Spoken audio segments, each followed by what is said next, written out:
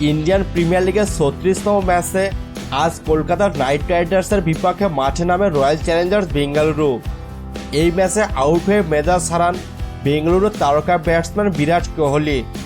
Out হয়ে হর্ষিত রানার বলটা no ball হয়েছে বলে দাবি করেন কোহলি।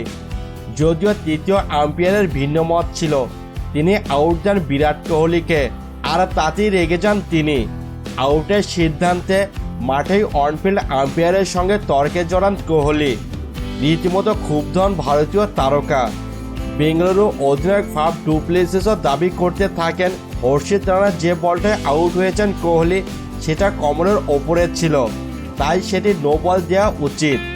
যদিও তৃতীয় আম্পায়ার জানিয়ে দেন বলটি কমরের নিচে ছিল, তাতেই রেগে যান কোহলি। আম্পায়ারের সিদ্ধান্ত পরিবর্তন না করায় ড্রেসিং রুমে ফেরার পথে রাগ ক্ষোভ আর বিরক্তি সহকারে মাঠ ছাড়েন কোহলি। তার সেই ভিডিও সোশ্যাল মিডিয়ায় এখন ভাইরাল। ওই ভিডিওতে বিরাট কোহলির অঙ্গভঙ্গি দেখে স্পষ্ট বোঝা গিয়েছে অনফিল্ড আম্পায়ারকে মেজাজ হারিয়ে বেশ কিছু কথা শুনিয়ে দেন।